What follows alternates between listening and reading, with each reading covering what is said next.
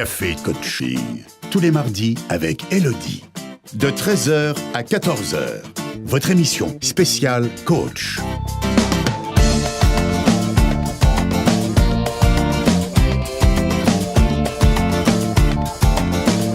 Participez à l'émission, appelez le 04 78 21 05 95.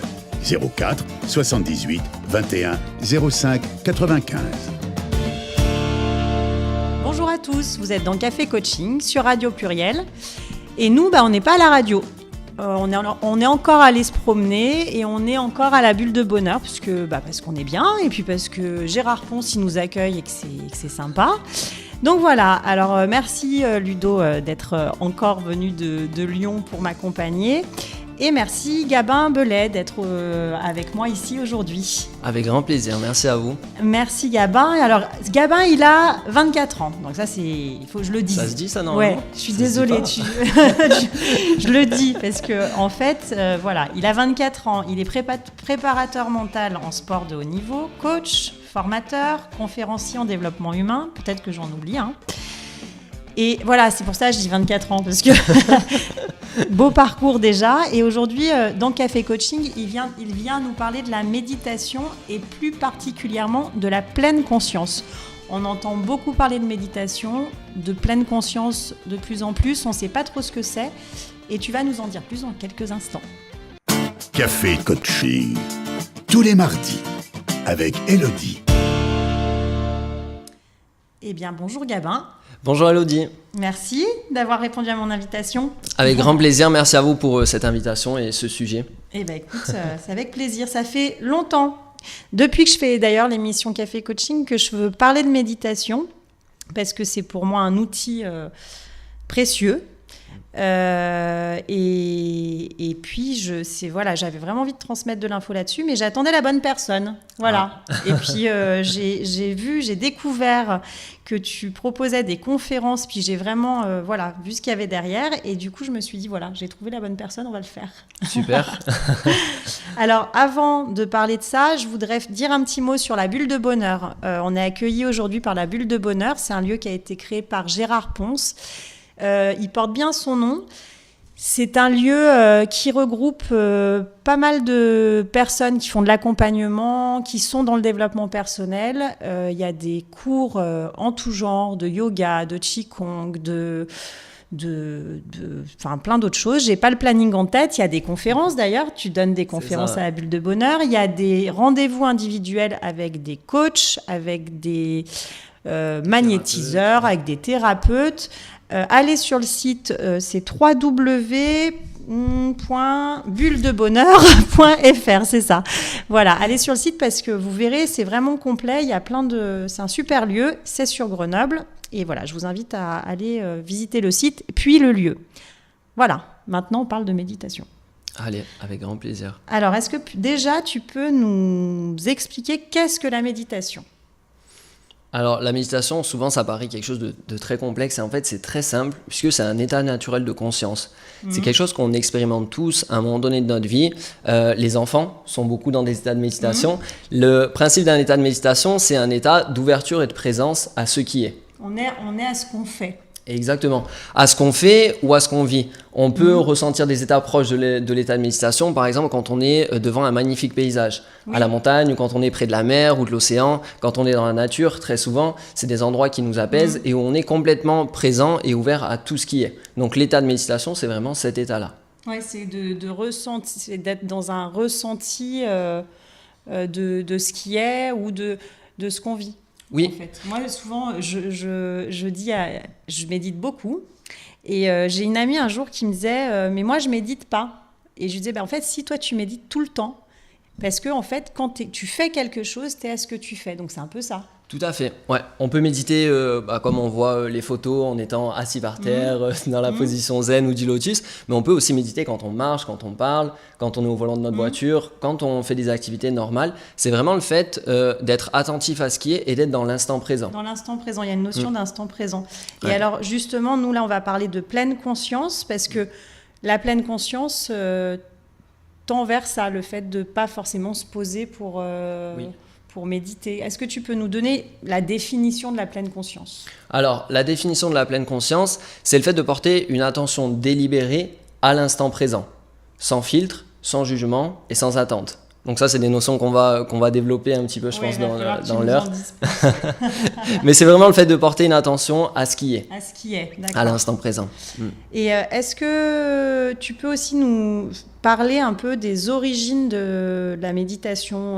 On a l'impression que c'est quelque chose qui vient ça vient de loin, en même temps, c'est vieux, mais voilà, les origines, puis pourquoi maintenant ça revient comme...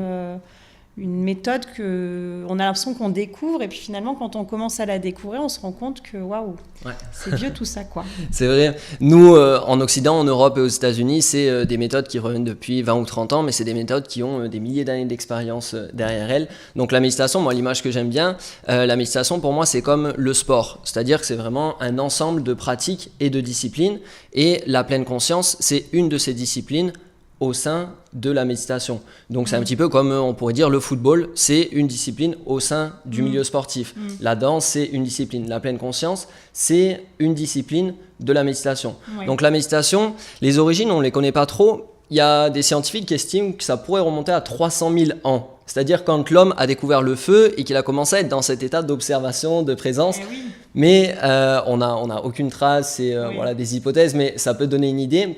Après, on sait que dans le bouddhisme, c'est des choses qui remontent à il y a plusieurs milliers d'années, donc il y a environ 5000 ans. Et on retrouve des traces de méditation dans l'ensemble des religions qui ont pu exister ou dans l'ensemble des sagesses qui peuvent exister et qui sont remises à jour aujourd'hui. Certaines religions, quand ils parlent de prière, pour certaines, parlent de prière méditative. Tout à fait, tout à fait. Et nous, on redécouvre un petit peu ces outils parce que ça a été énormément développé dans les sagesses orientales, notamment. Donc, on parle du bouddhisme, on parle du zen, on parle de tout un tas d'autres disciplines également. Nous, on a Jon Kabat-Zinn, qui était au départ docteur dans les années 70, qui est toujours, et qui a allié toutes les découvertes un petit peu scientifiques et médicales, et ce domaine-là, aux sagesses orientale, et donc qui a proposé en 1979 un premier programme de méditation de pleine conscience qui était le MBSR. Et donc par rapport à ce point de départ, après la méditation s'est vraiment développée, notamment aux États-Unis. Elle est aujourd'hui pratiquée dans les écoles, dans les prisons, dans les entreprises. Google a son instructeur en méditation qui a écrit un livre et qui font assez parler d'eux. On n'est pas là en France quand même.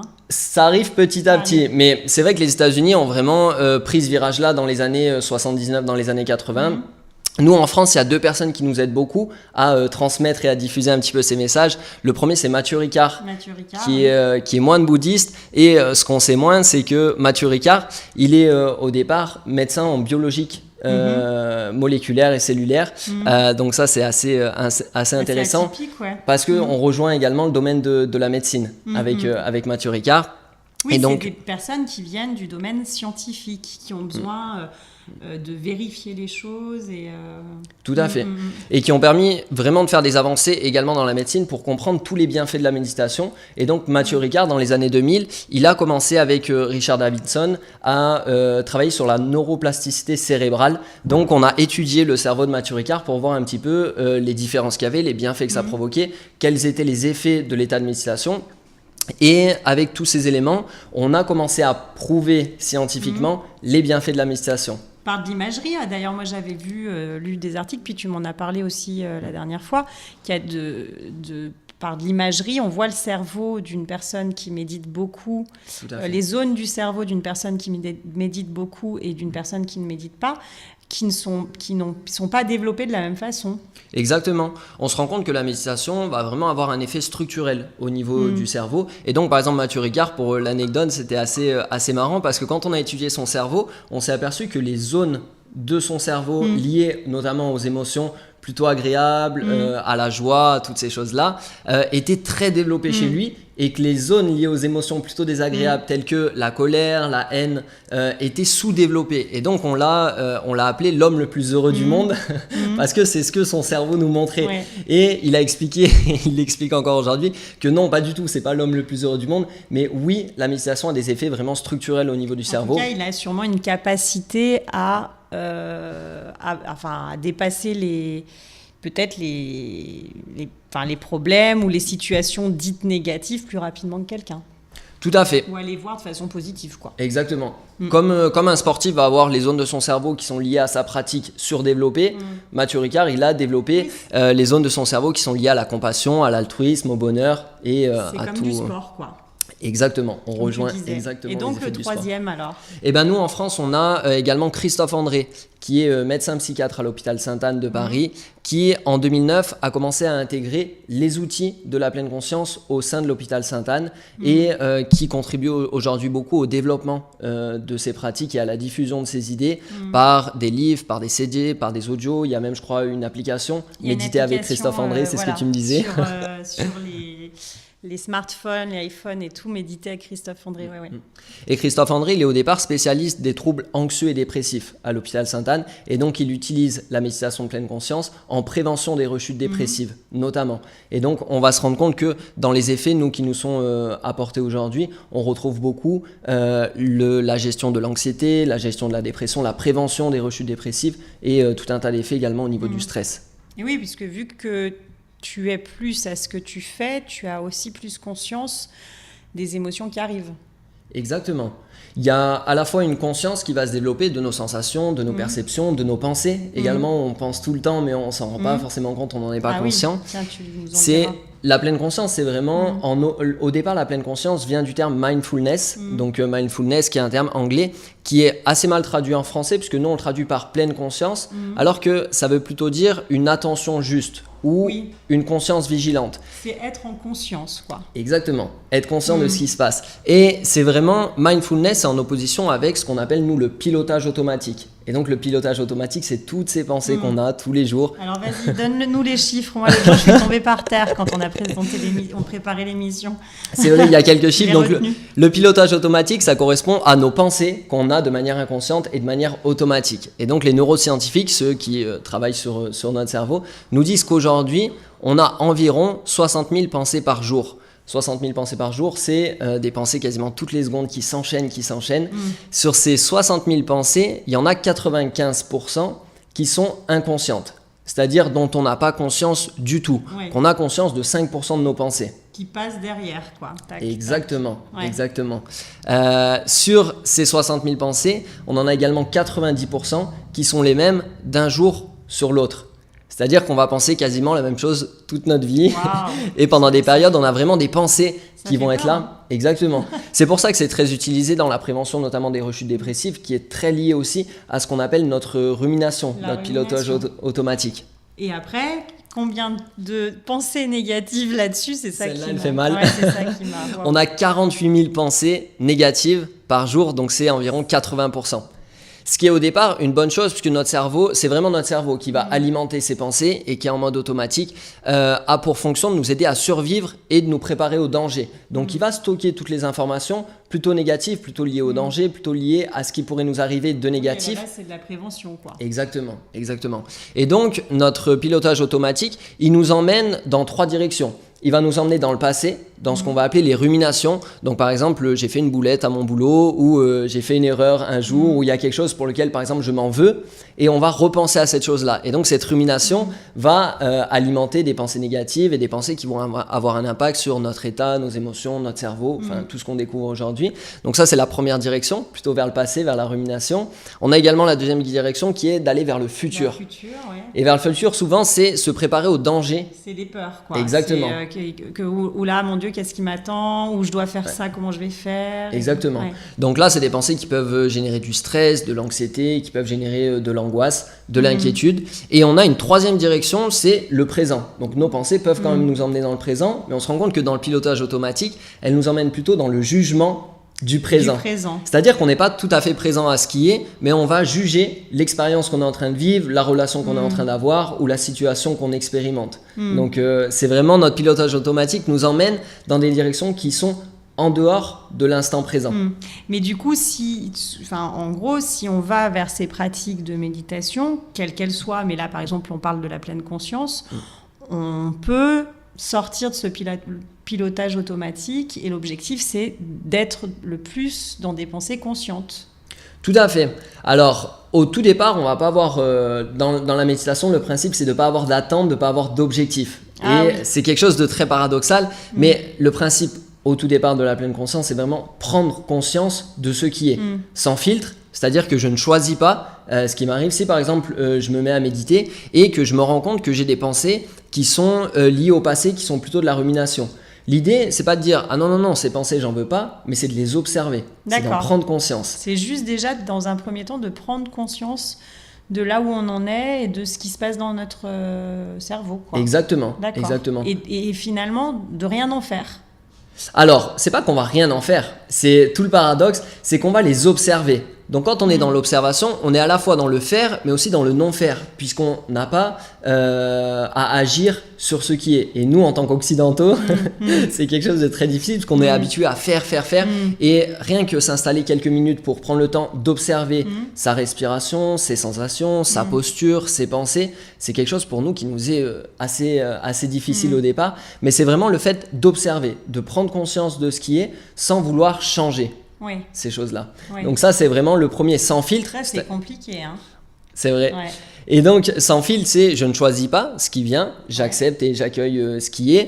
Je ne contrôle pas. Exactement. Sans jugement. Donc, une fois que j'ai accepté et que j'observe ce qui est en moi, je vais pas me dire tiens alors ça c'est du passé donc ça c'est mal, ça c'est du futur c'est mal aussi, ah tiens là je suis dans l'instant présent c'est bien. Non, on va simplement observer. Parfois dans la pratique de la méditation de pleine conscience, on va prendre conscience qu'on est amené dans le futur par nos pensées. On va parfois prendre conscience qu'on a des tensions au niveau du corps ou des pensées qui peuvent être du jugement. Et parfois on va être dans l'instant présent, simplement dans la conscience de ces choses-là. Il n'y a pas de bien, il n'y a pas de mal, il n'y a pas de bon ou de mauvais, c'est simplement d'observer ce qui est. Donc ça c'est vraiment... ça demande quand même une forme de sagesse, hein, quand même. Hein. De sagesse et d'entraînement. Parce qu'on n'est pas du tout entraîné à ça. Donc automatiquement, notre cerveau, il va nous bombarder de jugement, il va nous dire attention, là, tu es en train d'avoir mal ici, tu as telle pensée, c'est pas bien. Et du coup, les gens, quand ils démarrent la méditation de pleine conscience, souvent doutent un petit peu au début parce qu'ils se demandent mais est-ce que je fais bien ? Est-ce que c'est vraiment ça la méditation ? Je suis pas sûr. Donc, et puis on a tendance à croire qu'il ne faut plus penser. Oui, en fait. Exactement. Aussi, hein, on a tendance à se dire si je médite, il faut plus que je pense, il faut plus que j'ai de pensées, et tant que j'ai des pensées, c'est que je médite pas. Moi, j'ai souvent entendu ça. C'est vrai. Ça, c'est une idée reçue qui est très répandue, qui est que la méditation, c'est une absence de pensée. En fait, la méditation, c'est pas une absence de pensée, c'est le fait d'observer notre fonctionnement, et donc c'est plutôt une absence d'engagement dans nos pensées. C'est-à-dire que nos pensées, on va continuer à en avoir, mais habituellement, on est embarqué. C'est comme des trains de pensée qui passent et qui nous emmènent. Et parfois, on va se retrouver à penser sans s'en rendre compte. Et à un moment donné, on va en prendre conscience et on va dire « Ah, mais en fait, je suis plus du tout là. Ouais. » Et pendant quelques instants, du coup, on n'a plus de souvenir de ce qu'on a fait. Ça, c'est très courant quand on est en pilotage automatique. Donc, ça peut être quand on est sur une route qu'on connaît très bien ou quand on est dans le train. Ça arrive souvent de se dire oh, « Je suis arrivée chez moi, je me rappelle pas du chemin. Je me revois pas avoir conduit, quoi. » Voilà. Exactement. Je dis, c'est quand même dangereux. Hein. Donc, nous, méditer, c'est pas arrêter les pensées, mais c'est plutôt ne pas s'engager à l'intérieur de ces pensées. Donc, plutôt de les observer, d'avoir un point de vue extérieur et d'observer. Tiens, donc j'ai telle pensée, et sans se laisser entraîner à l'intérieur. Café Coaching. Jusqu'à 14h. Alors, on est dans Café Coaching, on est sur Radio Pluriel, et on n'est pas Radio Pluriel, on est à la Bulle de Bonheur, à Grenoble, et je suis avec Gabin Belay, qui nous parle de la méditation, et plus particulièrement de la pleine conscience.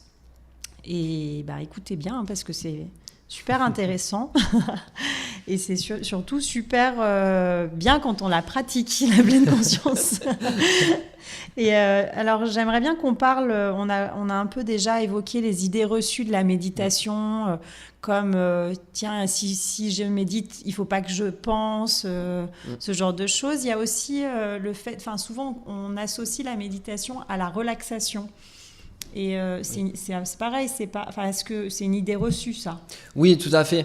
On n'est pas sur les mêmes objectifs, on n'est pas sur le même type de pratique. Il peut y avoir des effets qui se ressemblent, mais le principe d'une relaxation, c'est d'avoir un objectif de détente et de relâchement musculaire, psychologique, émotionnel, peu importe, avec cet objectif de détente. La méditation, on n'a pas d'objectif particulier, si ce n'est le fait d'observer notre propre fonctionnement. Par contre, il y a quand même, ça a quand même cet effet. Enfin, cet effet, il y a moi, j'ai le sentiment que quand même, plus on médite, plus on se sent détendu.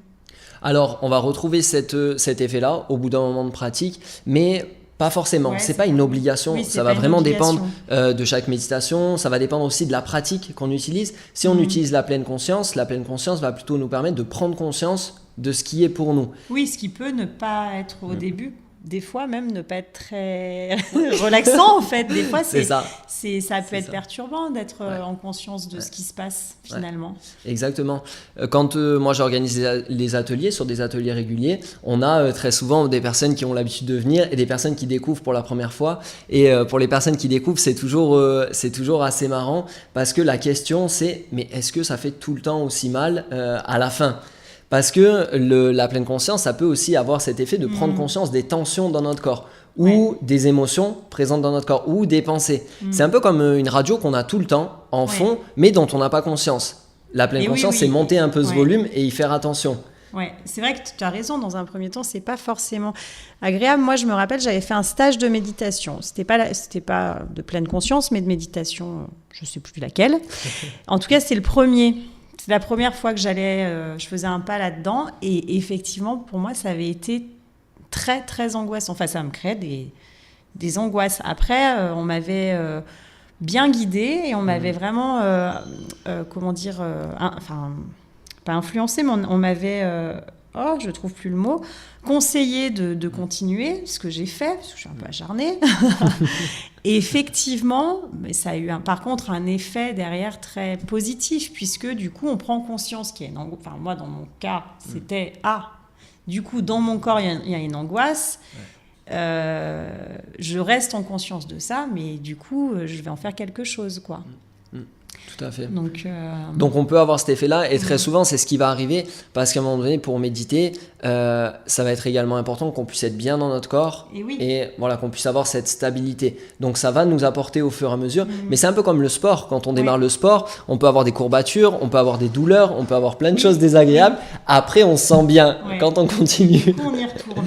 Exactement. Mais même quand on a l'habitude de faire du sport, parfois il y a des moments où on se dit non là j'ai pas envie d'aller au sport et même quand on y va, parfois on peut ressortir encore avec des courbatures. C'est vraiment les mêmes mécanismes. Ouais, c'est vrai. On parle aussi on a tendance aussi à croire que c'est une technique de concentration. Alors, la concentration, elle va être à un moment donné nécessaire. On va entraîner notre concentration, mais il y a une différence entre concentration et méditation, puisque la concentration, c'est le fait de focaliser notre attention et notre conscience sur un point précis. Alors que la méditation, c'est plutôt une ouverture à ce qui est. Donc, on va quand même retrouver au départ des exercices de concentration qu'on appelle des exercices de calme mental. Par exemple, tu me parlais de l'exercice de la bougie. Donc, ça va être le fait de rester focalisé, de focaliser notre attention sur un objet. Ça peut être également sur un son, pour ceux qui utilisent les mantras. Ça peut être également simplement sur notre respiration. C'est vrai que moi, je trouve que c'est un moyen de... Enfin, moi, j'ai le sentiment que la concentration, c'est comme tu dis, il n'y a pas d'objectif. C'est pas l'objectif, mais c'est un moyen d'aller vers la méditation. Tout à fait, ouais. Un petit peu, moi, l'image que j'aime bien donner par rapport à la concentration, c'est un peu comme l'endurance quand on fait de la boxe. C'est-à-dire que quand on est sur un ring de boxe, l'endurance, c'est pas ce qu'on va utiliser. Par contre, on en a absolument besoin. C'est pour ça que les boxeurs vont faire des footings, on les voit les dimanches matins, ou quand vous regardez Rocky, vous le voyez aller courir. C'est exactement la même chose. C'est-à-dire que vous allez avoir besoin de cette base-là pour pratiquer. Si votre esprit est complètement agité, c'est-à-dire qu'il passe d'une idée à une autre, qu'il se laisse complètement entraîner par les pensées, qu'il est dans le jugement, dans la rumination, vous n'allez pas pouvoir, vous allez être limité dans votre pratique de la méditation. Donc c'est vraiment s'entraîner à développer cette concentration, un entraînement. Voilà, à certains moments. Mais la méditation, c'est vraiment une ouverture au niveau de la conscience. Enfin voilà, quand tu dis c'est comme un sport, c'est vraiment de dire aux gens de pas s'arrêter à la première fois où ils essayent et que oui, souvent la première fois, c'est comme quand on va courir et qu'on n'a pas couru depuis un moment, ça dure 10 minutes quoi. C'est ça. Voire 5 et puis après il faut recommencer et ça revient quoi. Ouais, c'est exactement ça. Puis ça dure 5-10 minutes et parfois c'est difficile, on a froid, on peut avoir mal, on peut pas en voir les bénéfices, on peut se sentir coupable et se dire j'ai vraiment été nul, j'arrive pas à faire ça, avoir envie de jeter l'éponge. La méditation, c'est vrai que c'est les mêmes principes. Ouais. On parle aussi de... je suis toujours dans ces idées reçues, dans ce que je peux entendre. C'est une méthode de réflexion. Alors oui, c'est un peu l'expression, nous en tant qu'occidentaux, quand on dit à quelqu'un, tiens, réfléchis sur un truc, c'est médite là-dessus. Médite là-dessus, c'est vrai. Alors que... Pas du tout. Du tout. Parce que médite là-dessus, dans le sens va réfléchir sur quelque chose, c'est plutôt une analyse de ce qui est. Et donc, on rentre dans des processus de pensée, d'observation, de jugement, de comparaison. C'est des choses qui sont très bien, mais qui ne sont pas liées à la méditation. La méditation, on est vraiment sur l'observation, le ressenti et la conscience de ce qui est, pas dans l'analyse de ce qui est. Oui, on revient toujours à ça. Mais c'est vrai que je trouve que c'est pas évident cette notion quand même. Enfin, faut y aller, faut le faire quoi pour comprendre. Hein. C'est ça. Ouais, la pratique aide beaucoup. Et il y a aussi un gros amalgame avec les religions. Hein. Oui. Moi, souvent, quand je parle de méditation, on me dit mais je suis pas croyant. Il y a ce genre de choses que j'entends. Il y a oui, mais je sais pas prier.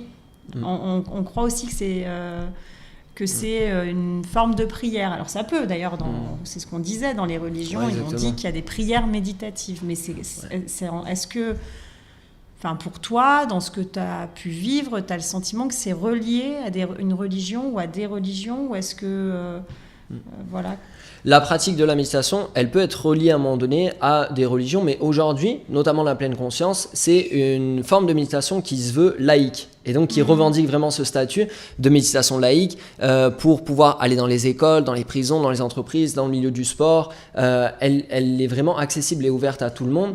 Ce qui est intéressant, c'est que la méditation, on a des traces de méditation de plusieurs milliers d'années et qu'on en retrouve dans toutes les formes de religion et de sagesse. On parle toujours à un moment donné d'introspection, de méditation, d'une forme de conscience qui se développe. Donc on la retrouve vraiment dans tous les types de religion, mais la méditation, c'est vraiment l'outil, la pratique. C'est comme si on avait utilisé le sport ou la parole dans l'ensemble des religions. C'est la même chose. Aujourd'hui, la pleine conscience, elle est extraite de ces milieux-là, culturels et cultuels religieux, pour pouvoir s'intégrer dans notre monde à nous. Mais ce qui est intéressant, c'est qu'on l'a vu tout à l'heure, nous, les personnes qui viennent un peu diffuser ces idées et nous aider à pratiquer, c'est Jon Kabat-Zinn qui est médecin, c'est Mathieu Ricard qui au départ est médecin, c'est Christophe André qui est psychiatre. Et aujourd'hui, on vient dire que la pleine conscience, c'est laïque, parce qu'on a des résultats au niveau de la santé, que la médecine le prouve, que la science le prouve.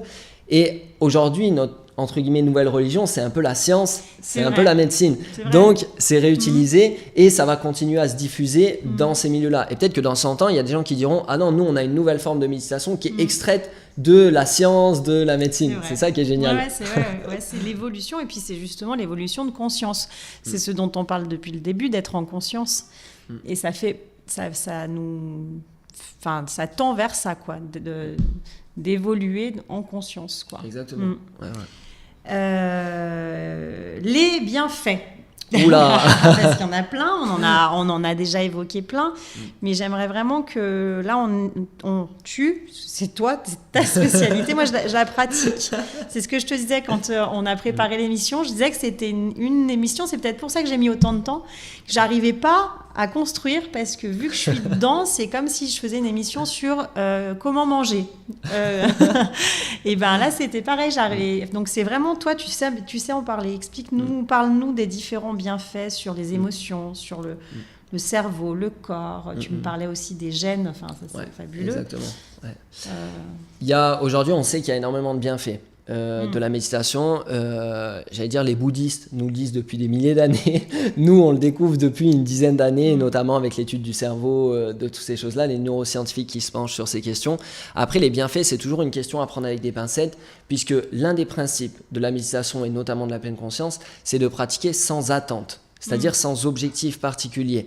Et donc ces bienfaits, ils sont plutôt là pour illustrer et nous pour nous rassurer. En tant qu'occidentaux, qui avons souvent un esprit cartésien, on a besoin de comprendre, on croit ce qu'on voit. Oui. Et donc quand on a des scientifiques qui viennent nous présenter des schémas et qui nous disent le cerveau a grossi ici, du coup il y a tel bienfait. Mais les bienfaits au départ, ils sont vraiment à prendre comme des explications, mais après à mettre de côté pour la pratique. Faut pas qu'à un moment donné ça vienne nous gêner dans la pratique.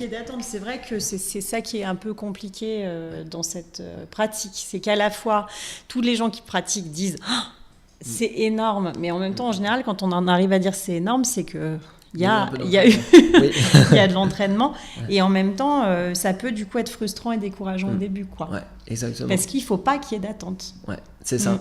On va vraiment pratiquer sans attente. Après pour les bienfaits, on les retrouve dans 4 domaines différents. Aujourd'hui, de la manière dont ça nous est expliqué, on retrouve des bienfaits au niveau des émotions, donc la capacité à réguler ses émotions. On parlait tout à l'heure de troubles anxieux et dépressifs, de prévenir la rechute dépressive et de l'anxiété. On va retrouver une gestion par exemple de l'impulsivité et également il y a énormément de bienfaits au niveau des addictions. Donc ça c'est vraiment des outils qui sont utilisés pour justement ces temps de sevrage entre guillemets liés aux addictions. Donc ça c'est vraiment le premier bienfait au niveau de nos émotions, le fait d'observer nos sensations, de prendre conscience de nos pensées. On est plus à même d'entendre ce qui se passe à l'intérieur de nous.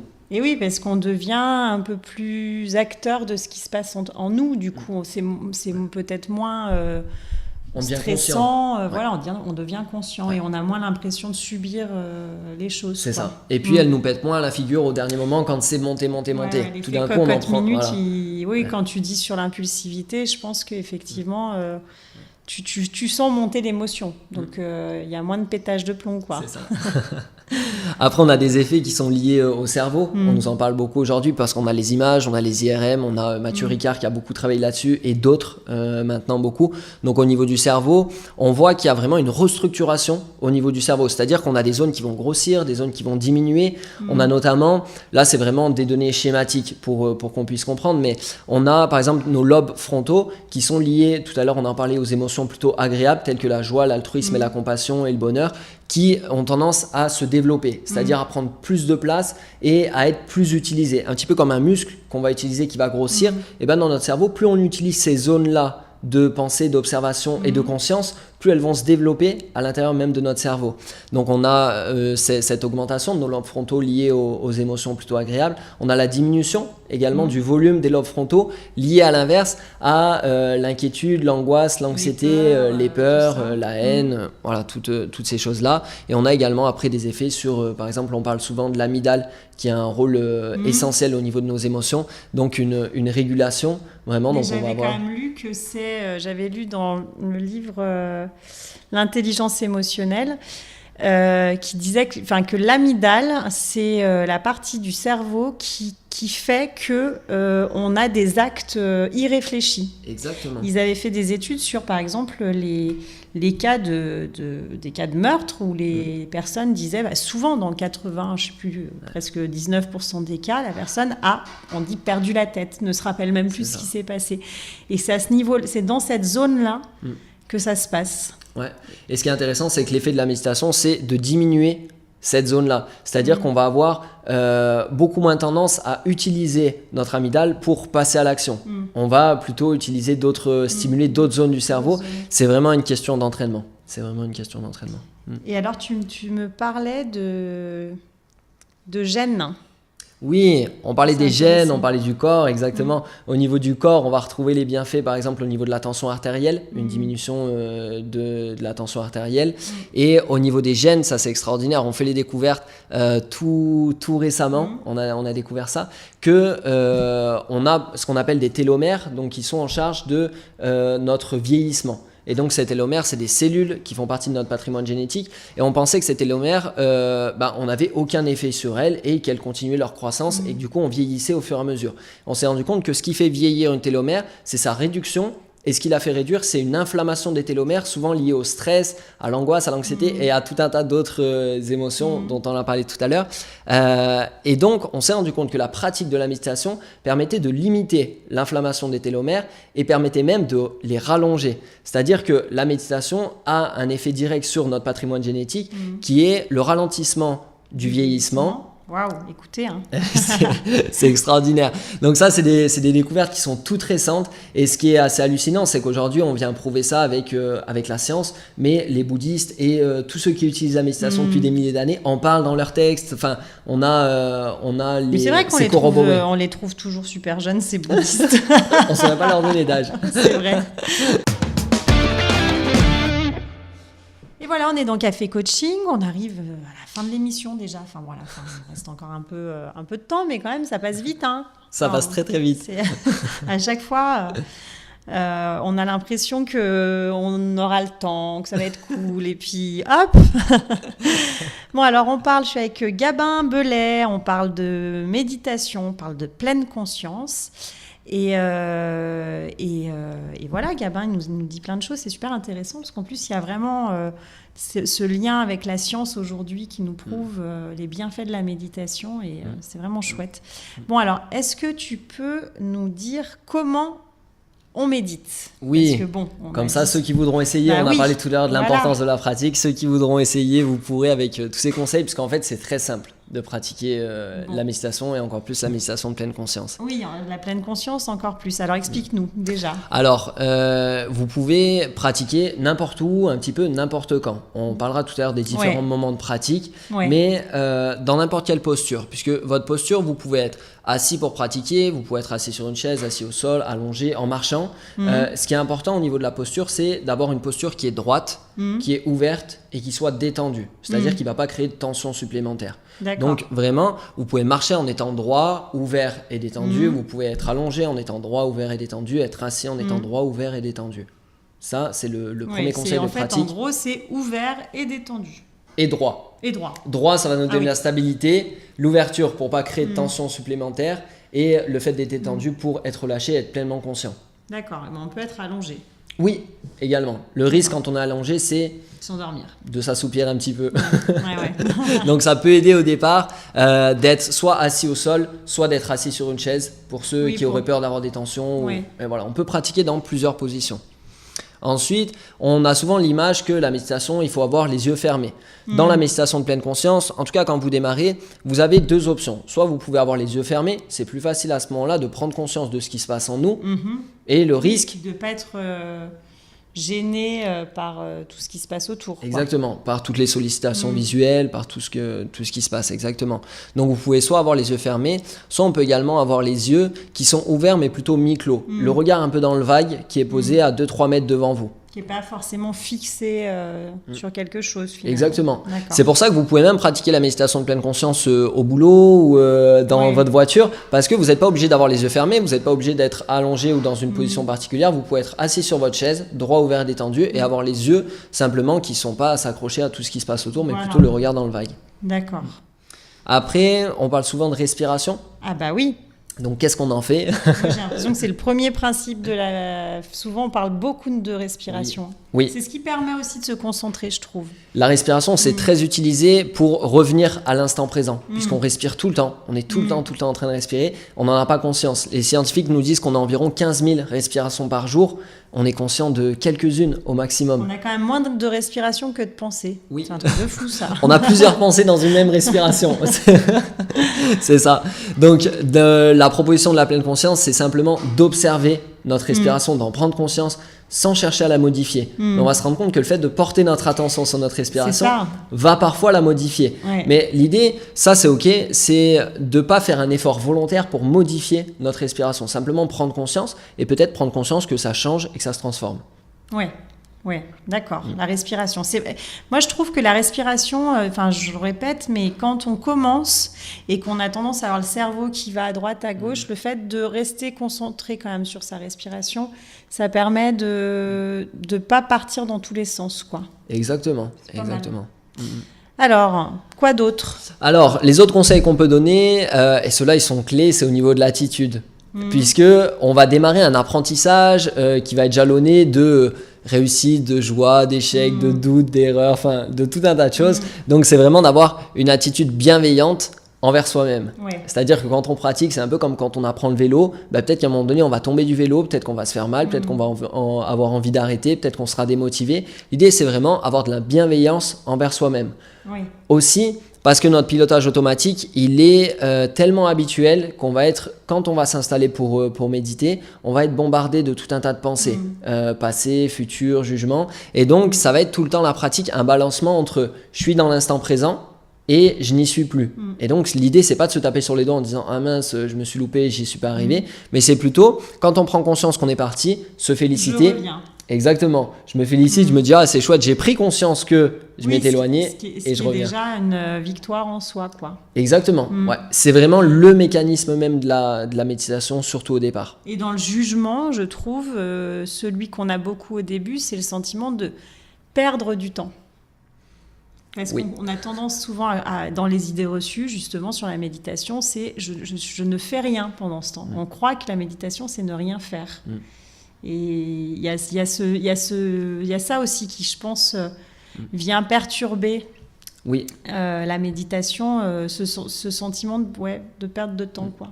Ce qui est génial, c'est que la méditation, quand on commence, on va s'installer par exemple et se dire allez, je médite 10 minutes ou un quart d'heure.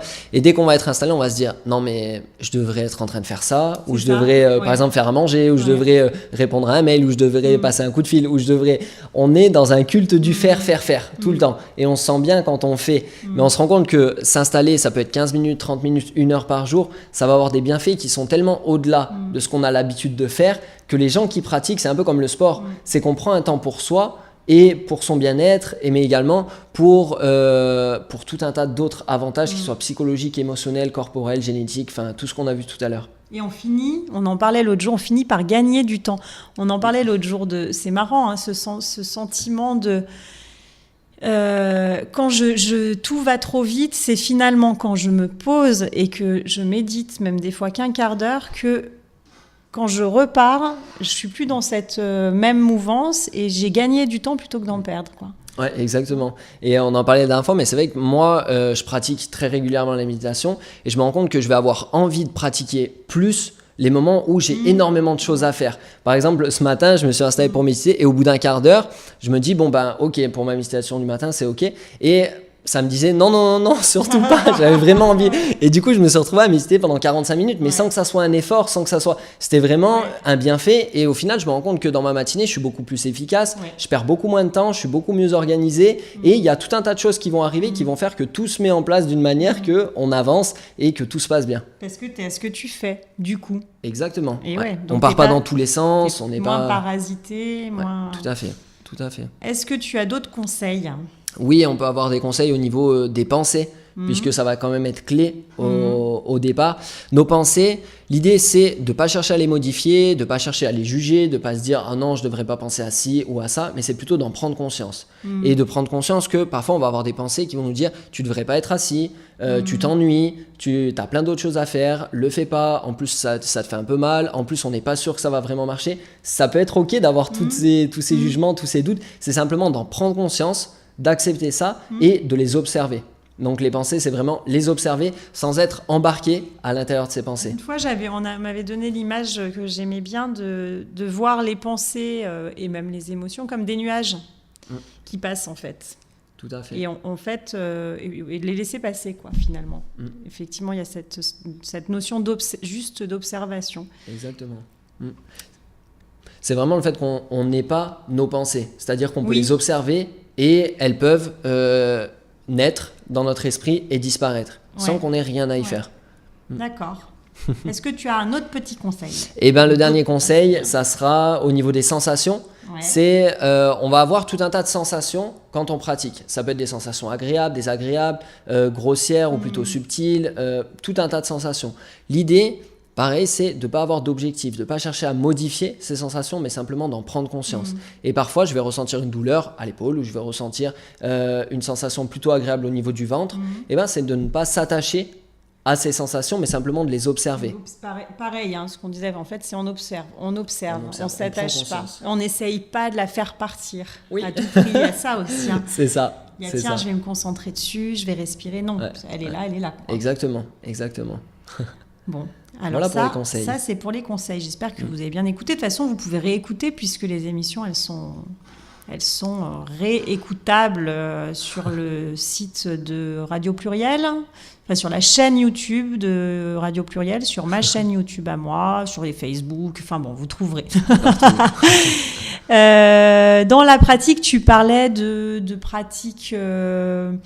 en tout cas pour la pleine conscience, on n'est pas obligé de se poser, enfin différents formels, informels, tu me disais, c'est pas comme cette méditation qu'on voit toujours où on se pose en lotus. La pleine conscience, on peut la pratiquer partout, c'est ça qui est intéressant. Oui, partout, tout le temps. Alors c'est ça qui est intéressant, mais c'est ça aussi qui peut être culpabilisant à un moment donné. Mais c'est vraiment de trouver cet équilibre. Mais on distingue 3 types de pratiques dans la pleine conscience. On va avoir ce qu'on appelle en premier les pratiques formelles. Une pratique formelle, c'est un temps qu'on prend pour soi, un temps donné, et on se dit que là, par exemple, je me donne 10 minutes pour pratiquer la pleine conscience. Et donc je m'assois ou je m'allonge, et soit je peux le faire seul, soit je le fais à plusieurs dans le cadre d'ateliers ou peu importe. Ça peut être des méditations guidées, par exemple avec des applications ou des CD, ça se fait beaucoup aujourd'hui, ou en silence, et ça peut être fait de manière régulière ou de manière plutôt ponctuelle. Il n'y a pas de règle. Voilà, mais une pratique formelle, c'est je m'installe et je vais pratiquer. C'est quelque chose qui est prévu et je m'y consacre complètement. Ensuite, on a ce qu'on appelle les pratiques informelles. Les pratiques informelles, c'est tout ce qu'on peut faire, notamment quand on est, entre guillemets, en attente ou on n'est pas complètement actif. Donc ça va être, par exemple, je suis au volant de ma voiture au feu rouge, je peux simplement prendre conscience de ma respiration, de mes pensées, de mes sensations, de ma posture et de tout ce qui se passe autour de moi. Et on a conscience de ce qui se passe, quoi. Exactement. Je suis en train d'attendre, je sais pas, chez mon médecin ou à un autre moment. Pendant ce temps d'attente, je peux prendre conscience de tout ce qui est. Ça, c'est la deuxième type de pratique, donc la pratique informelle. Et après, on a tout ce qui est lié aux pratiques en action. Donc les pratiques en action, c'est quand je suis en train de faire quelque chose, je peux prendre conscience de ce que je fais, de ce que ça provoque pour moi. Donc par exemple, si je suis en train de faire du sport, eh ben, c'est de m'y plonger complètement, de m'immerger à l'intérieur de cette expérience. Si je suis en train de manger, c'est peut-être de couper la télé, de couper la musique. Si vous êtes seul, ça peut aider. Et vraiment d'être attentif à ce que je suis en train de manger. Ça peut être au moment où je prends ma douche, ça peut être à tout un tas de moments où on est en train de faire quelque chose et en même temps, on peut avoir cette conscience de l'instant présent. Coup, je rebondis là-dessus parce que quand on commence à faire ça, souvent, on peut changer certaines habitudes qu'on a. Manger moins ou différemment parce qu'on se rend compte qu'il y a tel aliment qu'on mange sans se poser de questions, puis finalement on l'aime pas ou plus. Sur les repas, c'est très intéressant. Et sur, j'allais dire autre chose, sur des habitudes qu'on fait sans se poser de questions en fait. Et je trouve que quand on met de la conscience là-dedans, et ben on se rend compte de choses qui peuvent faire plaisir ou pas. C'est d'ailleurs. C'est vrai. Et du coup, ça crée plein de petits plaisirs qui sur une journée changent beaucoup de choses en fait. Je trouve que ça amène à ça aussi en fait. C'était ma petite voilà, ma petite expérience à moi, quoi. Donc, la douche, un peu importe quand, en fait, c'est ce qu'on disait. Moi, souvent, j'aime bien dire que le but de la méditation, c'est de ne plus méditer. Quand je dis ça, on me dit qu'est-ce qu'elle raconte ?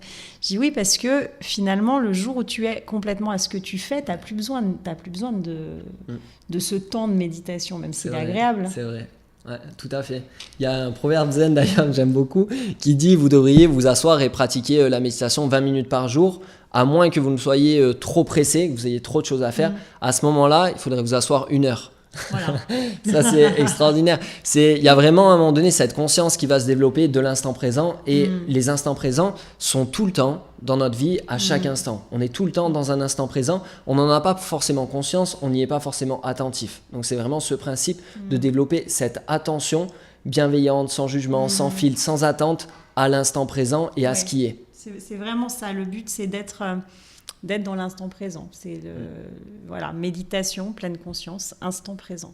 Ouais. Et nous, on arrive dans l'instant présent de la fin de l'émission. Est-ce que tu peux nous parler, il nous reste de 3 petites minutes, de ton actualité, de ce que tu proposes, vu que tu en parles très bien. Qu'est-ce que tu proposes justement comme... Donc moi, par rapport à la pratique de la méditation, je propose des ateliers réguliers qui se déroulent à Grenoble, à la Bulle de Bonheur. Donc c'est des ateliers de pratique, donc des ateliers moment présent. Donc c'est vraiment les bases de la méditation et s'installer pour un temps de pratique formel. Donc c'est vraiment la pratique. Après il y a également les conférences qui se donnent. Donc il y a une conférence prévue, si ma mémoire est bonne, le 30 novembre au cinéma Pathé et Chirol, qui se donnera. Donc ça c'est sur l'optimisme. Et on a également des conférences qui sont prévues. Après tout le planning est noté sur le site, sur mon site, sur endéveloppement.fr. Donc c'est endéveloppement.fr ton Exactement. site. Ouais. Et donc voilà, donc des conférences, des ateliers qui sont prévus. Et on a reçu également la semaine dernière le premier DVD. Donc on a le premier DVD qui est accessible également sur le site internet. C'est le DVD de la confiance en soi. Super, donc toi tu proposes les thèmes de méditation pleine conscience, confiance en soi, optimisme, bonheur, changement, les émotions et gestion du temps. Et puis il y a tout un tas d'autres thèmes qui sont gestion du temps. Bon, bref, en tout cas, allez voir son site endéveloppement.fr puisqu'il propose plein de choses super. Et puis, il est super dynamique, il a une super énergie. Allez le voir. Merci en tout cas d'être venu merci à vous. Jusqu'à nous. Et puis, merci à Ludo, comme d'hab, qui est là. Et merci surtout à la Bulle de Bonheur de nous accueillir et d'être un si joli lieu. Et moi, je vous dis à la semaine prochaine.